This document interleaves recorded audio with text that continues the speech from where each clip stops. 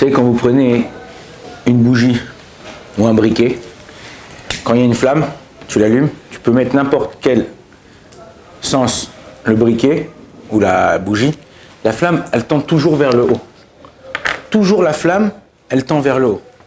En vérité, la bougie, la flamme, ça représente le gouffre et la neshama. Le corps et la neshama. Le corps, c'est l'enveloppe qu'on a, c'est la matière, c'est la cire de la bougie. Et la flamme, c'est la neshama. Tu ne peux pas la palper. Une flamme, tu ne peux pas la palper. Si je coupe, je viens. Si je pouvais prendre un ciseau, et là, il y a la bougie, et je coupe la mèche. Qu'est-ce qui se passe? La femme va faire comme ça. Elle disparaît. Elle disparaît. Elle remonte vers sa source. Sa source, c'est quoi? C'est Akadosh Baruch Hu. C'est la même chose. Quand une personne, elle meurt, sa neshama, elle repart vers le haut. La Gemara dans Nida dit comme ça, il y a 3 associés dans un homme. Ok? La Gemara dans Nida, Daf Lamed Aleph, 30-31 là-bas. La Gemara nous dit comme ça, il y a 3 associés dans un homme. Le père, la mère et Akadosh Baruch Hu. Le père, il donne tout ce qui est blanc dans le corps de l'homme. La mère, elle donne tout ce qui est rouge dans le corps de l'homme. Et Akadosh Baruch Hu donne un neshama. Après un certain nombre d'années, Akadosh Baruch Hu dit: rends-moi mon bien, rends-moi ce que je t'ai donné. Donc on lui rend la neshama, le corps. Les corps, ils tombent. Ce qu'ils ont voulu faire, Yavan, c'est les Grecs, puisqu'on a Hanouka. Yavan, comment ça s'écrit? Yud, Vav et Nun, Sophite. Si tu vois, à chaque fois la lettre, elle descend vers le bas. Yud, tu commences en haut, tu fais tac, un petit trait. Un trait un peu plus grand et un trait un peu plus grand, tout le temps il tire vers le bas. Et nous, on est la flamme. On tend vers le haut. Qu'est-ce qu'ils ont voulu essayer de faire les Grecs? Et aujourd'hui aussi. Ils essaient de nous tirer vers le bas. On a vu ce qui s'est passé le 7 octobre à Simchat Torah. Ils ont fait des choses atroces. Ils ont voulu essayer, encore une fois, de nous tirer vers le bas, que nous, on fasse la même chose. Mais nous, on n'a pas fait la même chose. Nous, on ne voulait pas de ce combat. On ne voulait pas de cette guerre. On ne voulait pas de ce qui s'est passé. Mais à chaque fois, ils veulent que le Ham Israël, le peuple d'Israël, il ressemble à ce qu'eux, ils font. C'est pour ça qu'en vérité, c'est quoi qui nous fait vivre?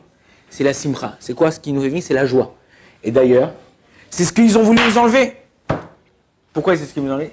Si tu regardes les 3 mitzvot que les Grecs, ils ont voulu enlever au peuple d'Israël, c'est quoi? Sameach. Shin, Mem, Chet. Shabbat, Mila, Chodesh. Maintenant, si tu prends... Pourquoi on mange des soufganiotes à Hanouka? Il y en a, ils croient que c'est un antibiotique, un le matin, le soir. Mais c'est pas comme ça. En vérité, tu sais pourquoi? Parce que tu manges le soufgania en 2 minutes, il reste 8 jours dans le corps. Non, c'est pas pour ça. Mais en vérité, pourquoi on mange des soufganiotes? Parce que la soufgania en elle-même, elle représente ces 3 mitzvot-là. Le rond de la soufgania ressemble au soleil et à la lune. C'est le Chodesh, ce qu'ils ont voulu annuler. La confiture rouge qu'il y a au milieu, c'est le sang de la Mila. Et l'huile où on le trempe, c'est l'allumage des bougies de Shabbat. Ça veut dire qu'en vérité, à chaque fois, vous croyez nous on croit, vas-y, par exemple, Stam nous dit, là c'est bientôt Joël, ouais, Léon, ils vont manger la bûche. Ou ils vont manger. Mais quel rapport avec ce qu'on est en train de faire? Ok? Nous, chaque chose qu'on fait au niveau, c'est pas pour nous enorgueillir ou quoi que ce soit, mais chaque chose qu'on mange, chaque chose qu'on fait, chaque chose qu'on dit, il y a une signification profonde. On n'est pas là à la one again, ouais, ça a l'air pas mal, ça a l'air beau, on va faire, il y a les LED qui sont sortis, on va faire une Hanoukia en LED. Non, on continuera à allumer la Hanoukia avec des bougies, ou avec de l'huile d'olive, ou avec des choses de la même sorte.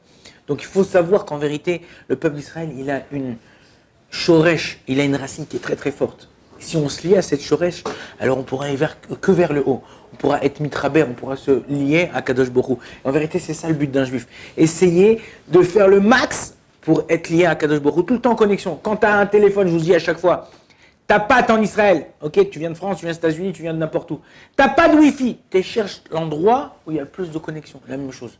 Il faut qu'on cherche l'endroit où on est plus connecté à Kadosh Baruch Hu. Pas perdre votre temps à Hanouka. Il y a des gens qui perdent leur temps. Bon, ça va, on est en vacances, on vient, on va voir Tata à Ginette, on va voir tonton Jaco. Ta soeur, ouais, vas-y, reste ici à la maison, kiffe ta famille, kiffe tes gens. Il y a un des mecs, je termine avec ça, de Be'eri, ok? Il a perdu sa jambe, et il a perdu sa femme et son fils. Et en ce moment, il passe de ville en ville pour raconter C'était un homme qui pas du tout le religieux, une super grosse boîte cartonnée. Et tu dois parler avec sa jambe en bois maintenant, enfin sa jambe, ouais, sa prothèse.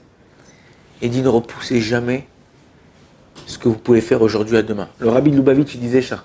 Il dit souvent demain, c'est jamais. Donc ne dis pas que demain je vais faire, après demain je vais faire. Quand ton fils, quand ta fille, quand ton frère, quand ta soeur, quand ton père, quand ta mère, elle dit viens mon fils, on fait un petit truc ensemble, viens mon fils, on fait un truc ensemble. Ne dis pas maman, ça va, demain, après-demain. Mais il n'y a pas demain, après-demain. Est-ce que tu sais que ta mère elle va être là demain? Est-ce que tu sais que toi tu vas être là demain? Là j'étais... Les Nachem, quelqu'un, je suis parti au Shiva de quelqu'un. Il me racontait comment son père il est mort, Baruch Hashem. Dans la même semaine, moi j'ai perdu un cousin à moi, Zechono Livracha. Et lui il a perdu son père dans la même semaine.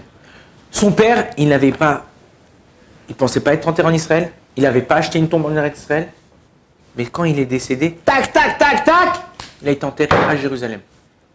Mon cousin, il avait acheté sa tombe à Natania. Il savait qu'il était malade, il n'était pas bien, il avait acheté sa tombe à Natania. Il avait tout préparé ça. Tac, tac, tac, tac, il a été enterré en France. Pourquoi? Parce qu'ils n'ont pas trouvé de billets, ils n'ont pas trouvé... Des fois, est-ce que tu sais ce qui va se passer demain? Est-ce que tu sais comment Akadosh Baruch Hu, il va gérer les choses? Tout ce qui est fait, c'est sûr que c'est pour notre bien. Mais à nous de mettre le max de notre côté pour qu'on puisse réussir. Baruch Adonai l'Olam, amen, amen.